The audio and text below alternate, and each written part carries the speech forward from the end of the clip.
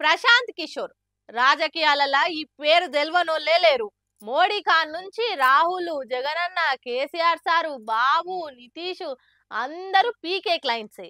రాజకీయ నాయకులకు సలాలిచ్చి ఇచ్చి అదే అనుభవంతో ఇప్పుడు పార్టీ కూడా పెట్టబోతుండట ప్రశాంత్ కిషోర్ అన్న రేపటి బీహార్ కోసం అనుకుంటా కొత్త పార్టీ పెడుతుండు. బీహార్ లో కూడా మార్పు కావాలి, ప్రశాంత్ కిషోర్ రావాలి అనుకుంటా గాంధీ జయంతి రోజు పార్టీకి పురుడు వస్తుండట. బీహార్ అసెంబ్లీ ఎలక్షన్లప్పుడు మొత్తం 243 స్థానాల్లో పోటీ చేస్తామని కూడా ప్రకటించిండు. ఇప్పటికే దేశంలో ఉన్న పెద్ద పెద్ద పార్టీలకు వ్యూహకర్తగా పనిచేసిండు ప్రశాంత్ కిషోర్ అన్న. ఇప్పుడు ఆ పని చేయకున్నా వాళ్ళ శిష్యులతోటి వ్యూహకర్త దందా నడిపిస్తుండు.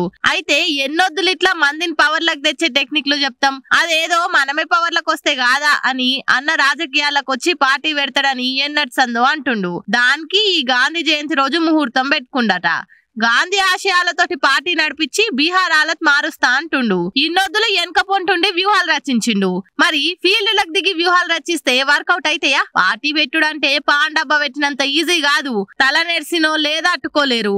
అన్ని కోట్లున్న షర్మిలక్క సొంటోళ్లే దుకాణం మూసిండ్రు. పవన్ సారే పరాయి పార్టీలకు సపోర్ట్ ఇచ్చి పార్టీ పెట్టిన 10 ఏళ్లకు అసెంబ్లీలో అడుగు పెట్టిండు.